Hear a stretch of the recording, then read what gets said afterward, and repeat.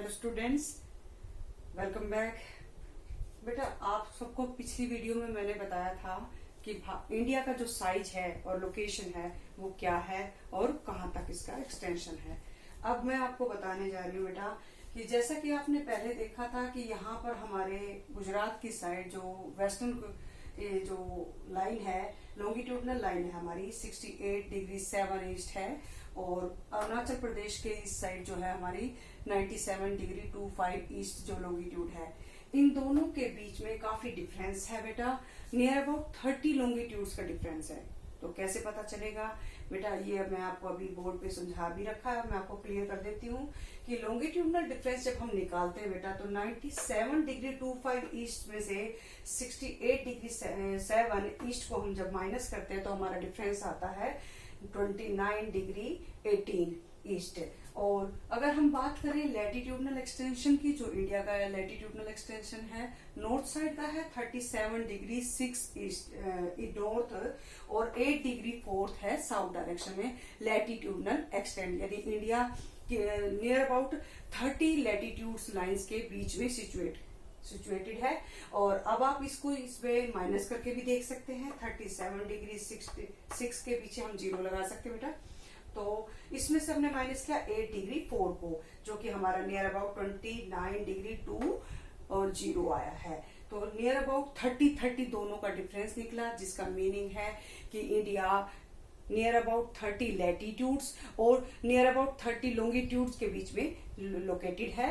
और जब मैं यहाँ आपको लॉन्गिट्यूडनल एक्सटेंट बता रही थी कि यहाँ गुजरात का जो लॉन्गिट्यूडनल एक्सटेंट है, जो इस टाइप से यहाँ पे मेरिडियन क्रॉस करती है इंडिया पे, वो 68 डिग्री 7 ईस्ट है। और यहाँ पर जो है अरुणाचल प्रदेश वाली लॉन्गिट्यूड का जो डिग्री है वो है 97 डिग्री 25 ईस्ट। तो इन दोनों के बीच में बेटा ईस्ट और वेस्ट जो हमारे स्टेट्स हैं या जो प्लेसेस हैं, इन दोनों के बीच में 2 आवर्स का टाइम लैग है। अब आप समझेंगे, सोचेंगे कि ये तो है ही नहीं, हमारी वो चीज तो सेम जो है टाइम शो करती है, कोई 2 आवर्स का टाइम लैग दिखाई देता ही नहीं।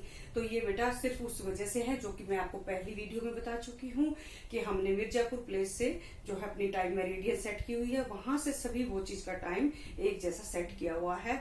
2 आवर्स का जो टाइम लैग है वो आप सोचेंगे कि कैसे हो सकता है। अभी मैंने आपको बताया था कि हमारा लॉन्गिट्यूडनल डिफरेंस जो है वो नियर अबाउट 30 डिग्री है। तो जब एक लॉन्गिट्यूड से दूसरी लॉन्गिट्यूड तक हम सनलाइट जो है जो है पहुंचती है, तो उसको लगभग 4 मिनट्स लग जाते हैं। एक लॉन्गिट्यूड को क्रॉस करने में, दूसरी लॉन्गिट्यूड तक पहुंचने में सनलाइट को कितने मिनट लग जाते हैं? 4 मिनट्स। और टोटल लॉन्गिट्यूड्स हमारे बीच में इंडिया की इस लोकेशन के बीच में कितनी है? Near about 30। तो हम क्या करेंगे बेटा, 30 को 4 से मल्टीप्लाई करेंगे और हमारा आंसर आएगा 120 मिनट्स। अब ये 120 मिनट्स को हम बेटा आवर्स में डिवाइड करेंगे, यानी आवर्स में कन्वर्ट करेंगे। तो हम इसको 60 से क्या कर देंगे, इसको 60 से हम डिवाइड करेंगे तो हमारे पास आंसर आ जाएगा 2 आवर्स। अब आपको समझ में आ गया बेटा कि जो गुजरात साइड मेरिडियन है और जो अरुणाचल प्रदेश साइड मेरिडियन है, दोनों के बीच में का जो डिफरेंस है वो 2 आवर्स कैसे है। लेकिन इस 2 आवर्स को हम कभी शो नहीं करते, वो चीज सेम टाइम जो है रिफ्लेक्ट करती हैं। इसका मीनिंग सिर्फ यही है कि हमने अपनी जो टाइम मेरिडियन है वो मिर्जापुर प्लेस से लोकेट ली हुई है। मिर्जापुर प्लेस जो कि 82 डिग्री 30 ईस्ट कंसीडर की गई है, वो इंडिया की जो है स्टैंडर्ड मेरिडियन मानी गई है, और इसी वजह से हमारी वो चीज सेम टाइम शो करती है। लेकिन इसका फायदा क्या है? इसका फायदा यह है कि बेटा हम लोगों को मन में जो है जो कंफ्यूजन हो सकते थे टाइम से रिलेटेड कि ईस्ट डायरेक्शन में जाने पर क्या टाइम होगा, वेस्ट डायरेक्शन में जाने पर क्या टाइम होगा, या एक्टिविटीज को आपस में एडजस्ट करने में, या फिर जो है ट्रैवलिंग करने के टाइम में कोई जो है क्लैशेज ना रहे, कोई माइंड में जो है कंफ्यूजन ना रहे, उन सबको क्लियर करने के लिए और एक जैसा कैलेंडर बनाने के लिए, सभी एक्टिविटीज को मैनेज करने के लिए हमने इस टाइप से स्टैंडर्ड मेरिडियन को चूज किया है। तो आप सबको समझ में आ गया होगा, होप सो। और मैं आपको बताती हूँ कि इंडिया और वर्ल्ड का जो है आपस में कनेक्शन क्या है, या इंडिया वर्ल्ड के लिए कैसे फायदेमंद है। जैसा कि मैं आपको पहले बता चुकी हूँ कि एशिया के ठीक मिड में होने इनसे साउथ ईस्ट डायरेक्शन में इंडिया सिचुएटेड है, जिसकी वजह से और इंडियन ओशन के ठीक ऊपर इसकी एक मेजर लोकेशन है, सेंट्रल लोकेशन कह सकते हैं बेटा। इंडियन ओशन के ऊपर कोई और कंट्री का कोई एग्जिस्टेंस ऐसा दिखाई नहीं देता, इतना कोस्टल रीजन भी दिखाई नहीं देता जितना कि इंडिया का है।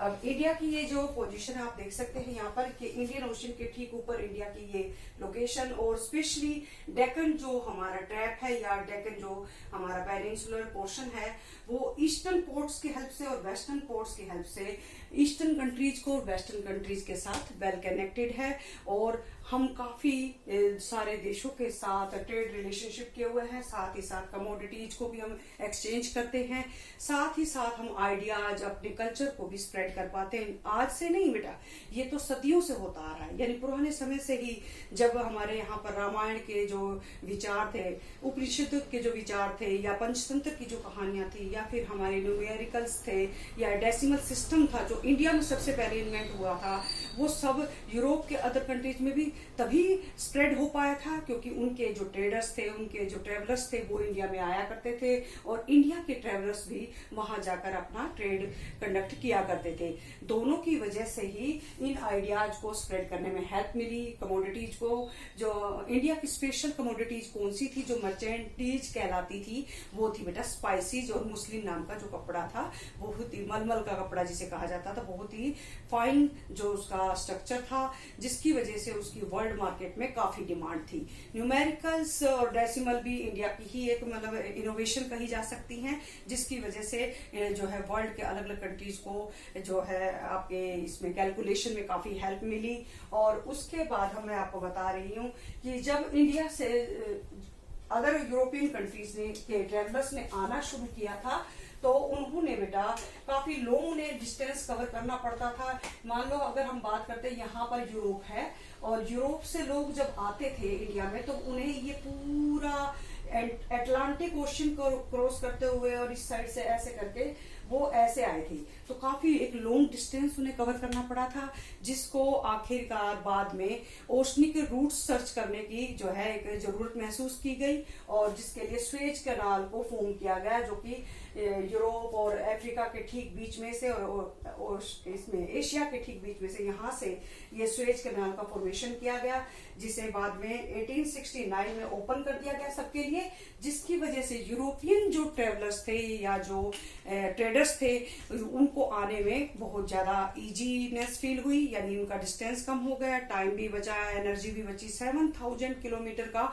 डिस्टेंस इसकी वजह से कम हो पाया, जो कि उनके लिए बहुत हेल्पफुल हुआ। और आगे जो है मैं आपको बताने जा रही हूँ इसका एक और पोर्शन, जिसमें मैं आपको बता रही हूँ कि इंडिया जो है कौन कौन से कंट्रीज के साथ अब वेल कनेक्टेड है, और हमारे जो नेबर्स हैं वो कौन कौन से कंट्रीज हैं। सबसे पहले आप देखेंगे नॉर्थ जो वेस्ट डायरेक्शन में, यहाँ पर बेटा अफगानिस्तान है जो इसके साथ हमारे आज भी अच्छे संबंध हैं, और यहाँ पर पाकिस्तान है, हालांकि है तो हमारा नेबरिंग कंट्री सभी को पता है, और काफी पॉपुलर रहते हैं इंडिया और पाकिस्तान भी, वर्ल्ड जो न्यूज होती है सभी में छाए रहते हैं। और इसके बाद हम इस साइड आते हैं बेटा नॉर्थ ईस्ट डायरेक्शन में, यहाँ पर ये नेपाल है, नेपाल के ऊपर यहाँ पर चाइना का है, सॉरी तिब्बत का पोर्शन है जो कि अब चाइना के अंडर में है, और चाइना यहाँ पर लोकेट करता है बेटा। इसके बाद मैं आपको बताने जा रही हूँ यहाँ पर आपका भूटान है, जिसके साथ भी हमारे बहुत ही फ्रेंडली रिलेशंस हैं, भूटान।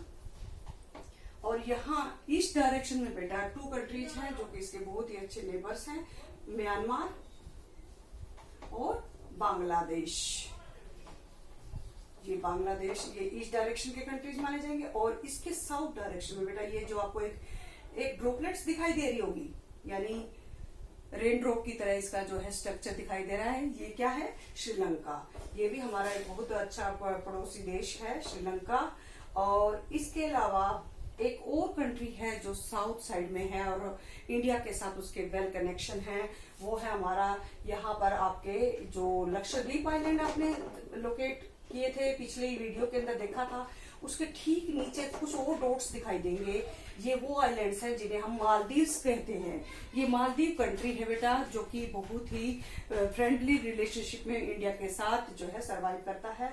और इस प्रकार आपने देखा कि इंडिया के मेन जो मेजर नेबर्स हैं वो कौन कौन से हैं। ये श्रीलंका के जोड़ने वाली एक जो बेटा वाटर जो है डिवाइड है, इसको हम पाक स्ट्रेट कहते हैं। बेटा ये जो इंडिया और श्रीलंका को सेपरेट करने वाले नैरो चैनल है सी के अंदर, इस चैनल को हम पाक स्ट्रेट कहते हैं। और इंडिया जो है, अब आपने देखा कि बेटा इसमें काफी सारे हमारे नेबरिंग कंट्रीज हैं, उनके साथ काफी सारे हमारे अच्छे कुछ मतलब काफी सारे देशों के साथ हमारे अच्छे कनेक्शन भी हैं। और ठीक ऐसे ही हम जो है वर्ल्ड में पहले भी रहते आए हैं, दूसरे देशों के साथ कनेक्टेड रहे हैं, और आज भी हमारे उनके साथ अच्छे रिलेशनशिप भी चल रहे हैं। हालांकि कुछ डिस्प्यूटेड जो है इश्यूज भी रहे हैं कुछ देशों के साथ, लेकिन इसके बावजूद इंडिया का जो एक जो पास्ट रहा है और जो आज है उसका यानी प्रेजेंट फॉर्म में भी इंडिया सभी देशों के साथ जो है अपने अच्छे रिलेशनशिप बनाए हुए हैं। तो इस चैप्टर में बेटा बस इतना ही। इसके बाद मैं आपको बताने जा रही हूँ बेटा कि इंडिया के इस चैप्टर के यानी चैप्टर जियो का जो हमने इंडिया साइज एंड लोकेशन पढ़ा है, अब इसकी आप बेटा एक्सरसाइज में देखेंगे कुछ ऑप्शनल क्वेश्चंस दिए गए हैं जो कि आपको बुक में ही टिक मार्क करने हैं आंसर को, और जो क्वेश्चन आंसर्स लिखे गए हैं बेटा एनसीईआरटी के, उन क्वेश्चंस को के आंसर्स आपने अपनी नोटबुक में राइट डाउन करने हैं। जैसे पहला क्वेश्चन है आपका, the tropic of cancer does not pass through, तो 4 option are here, Rajasthan, Chhattisgarh, Odisha and Tripura. तो कौन सा आंसर होगा आपके हिसाब से? ऑब्वियसली ओडिशा है जिसमें से ट्रॉपिक ऑफ कैंसर क्रॉस नहीं करती। तो अब नेक्स्ट क्वेश्चन है, the eastern most longitude of India is 97 degree 25 east और 77 डिग्री 6 ईस्ट, या फिर 68 डिग्री 7 ईस्ट, या फिर 82 डिग्री 32 ईस्ट। तो इसमें पहला ऑप्शन आपका राइट रहेगा 97 डिग्री 25 ईस्ट। नेक्स्ट जो है हमारा फर्स्ट क्वेश्चन का थर्ड पार्ट है, उसमें दिया हुआ बेटा Uttarakhand, Uttar Pradesh, Bihar, West Bengal, Sikkim have common frontiers with, किसके साथ कॉमन फ्रंटियर्स है हमारी? चाइना के साथ? नो। नेपाल के साथ? आप बताएंगे। भूटान? वो भी आप सोच सकते हैं। किसके साथ हमारे मतलब फ्रंटियर मीन्स बाउंड्री, तो किसके साथ हमारी लैंड बाउंड्री हम ज्यादा शेयर करते हैं? तो यहाँ पर जो 4 ऑप्शन है, फोर्थ ऑप्शन है हमारा म्यांमार। तो इन चारों में से चाइना, नेपाल, भूटान, म्यांमार में से हमारा जो राइट आंसर होगा वो है नेपाल, क्योंकि उत्तराखंड, उत्तर प्रदेश, बिहार, वेस्ट बंगाल और सिक्किम का लैंड बाउंड्री नेपाल को टच करती है। अब फोर्थ आपका जो सब पार्ट है इसी क्वेश्चन का वो है, if you intend to visit Kavaratti during your summer vacations, which one of the following union territories of India you will be going to. अब बेटा कहने को तो समर वेकेशन लिखा हुआ है, आप सबको पता है वेकेशन तो आपकी अब भी चल रही हैं एक टाइप से, लेकिन इस टाइम पर आप विजिट नहीं कर सकते। तो सपोज आप सोच सकते हैं, इमेजिनेशन ले सकते हैं कि आप कावारती जा रहे हैं, तो आपको इनमें से किन पर्टिकुलर प्लेसेस पर जाना पड़ेगा? पुडुचेरी, अंडमान एंड निकोबार, या फिर लक्षद्वीप, या फिर दीव एंड दमन। तो राइट आंसर क्या रहेगा? कावारती जाने के लिए आपको कौन से प्लेस की विजिट करनी होगी? लक्षद्वीप की, क्योंकि कावारती क्या है? लक्षद्वीप की क्या है? कैपिटल है। My friend हेल्स from a country which does not share land boundary with India, identify the country. अब मेरा जो दोस्त है वो एक ऐसे देश से बिलोंग करता है जो कि अपनी लैंड बाउंड्री इंडिया के साथ शेयर नहीं करता। अब 4 ऑप्शन है आपके पास और आप सोचकर बताएंगे कि इन 4 ऑप्शन में से कौन सा सुटेबल है। भूटान, बांग्लादेश, तजाकिस्तान, नेपाल। कौन से देश की लैंड बाउंड्री इंडिया को से कनेक्टेड नहीं है? तो ऑब्वियसली तजाकिस्तान इसका राइट आंसर रहेगा। अब हमारा है second question, answer the following questions briefly, जिसमें आपको दिया गया है name the group of islands lying in the Arabian sea. Arabian sea में कौन सा ग्रुप ऑफ आइलैंड एग्जिस्ट करता है या लाई करता है, तो आपको सबको पता होना चाहिए वो कौन सा है, लक्षद्वीप आइलैंड्स। सेकंड क्वेश्चन है इसका, name the countries which are larger than India, सबको पता है, आपको लेसन के दौरान मैंने बताया भी है कि फर्स्ट नंबर पे कौन सा है, सेकंड कौन सा है, थर्ड कौन सा है, फोर्थ कौन सा है, फिफ्थ कौन सा, सिक्स कौन सा है। तो आप सब लिख सकते हैं, मुझे लगता है कि इसमें आपको कोई प्रॉब्लम नहीं आनी चाहिए। राइट डाउन कर लीजिएगा, जितने भी इंपॉर्टेंट फैक्ट्स हैं, लाइंस हैं, उनको आप अंडरलाइन कीजिएगा और साथ ही साथ एनसीईआरटी क्वेश्चन आंसर्स आपने अपनी नोटबुक में राइट डाउन करने हैं। सिर्फ ऑप्शनल क्वेश्चन आंसर्स को आपने बुक में ही मार्क करना है। अब थर्ड क्वेश्चन है, which island group of India lies to its south east direction, south और ईस्ट डायरेक्शन कौन सी रही बेटा, ये वाली। तो इसमें कौन सा ग्रुप ऑफ आइलैंड आपका लोकेट करता है, वो है अंडमान एंड निकोबार।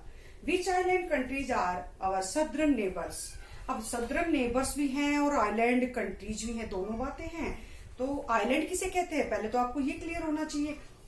आइलैंड बेटा एक लार्ज लैंड मास या एक ऐसा कंट्री हो सकता है जो वाटर से फोर साइड से या फिर ऑल साइड से सराउंडेड हो, यानी पानी से घिरा हुआ एक बहुत बड़ा जमीन का टुकड़ा। तो ऐसे में देखा जाए तो हमारे यहाँ पर ये जो है श्रीलंका है, और जो मैंने आपको यहाँ पे बताया था लक्षद्वीप आइलैंड के ठीक नीचे कुछ डॉट्स है दिखाई देंगी आपको मैप में, ये है मालदीव्स। तो यही है हमारा राइट आंसर्स, दोनों श्रीलंका एंड मालदीव्स।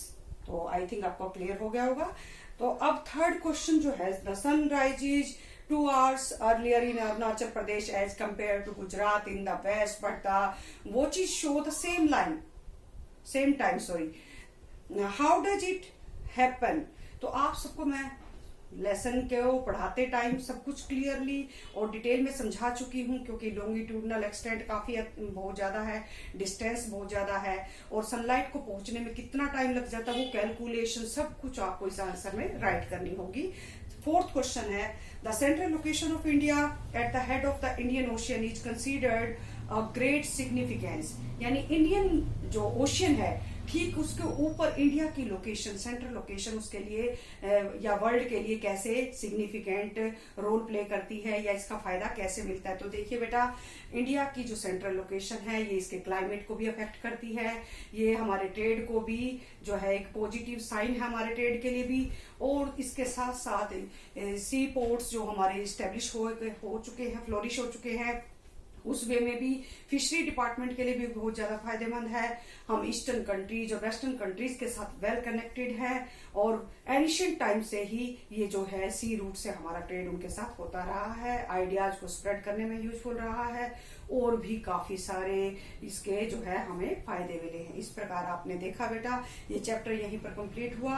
अब आपको करना क्या है बेटा, जो मैं पहले भी गाइडलाइन दे चुकी हूँ आपको, कि आपको क्वेश्चन आंसर्स राइट करने हैं। Thank you.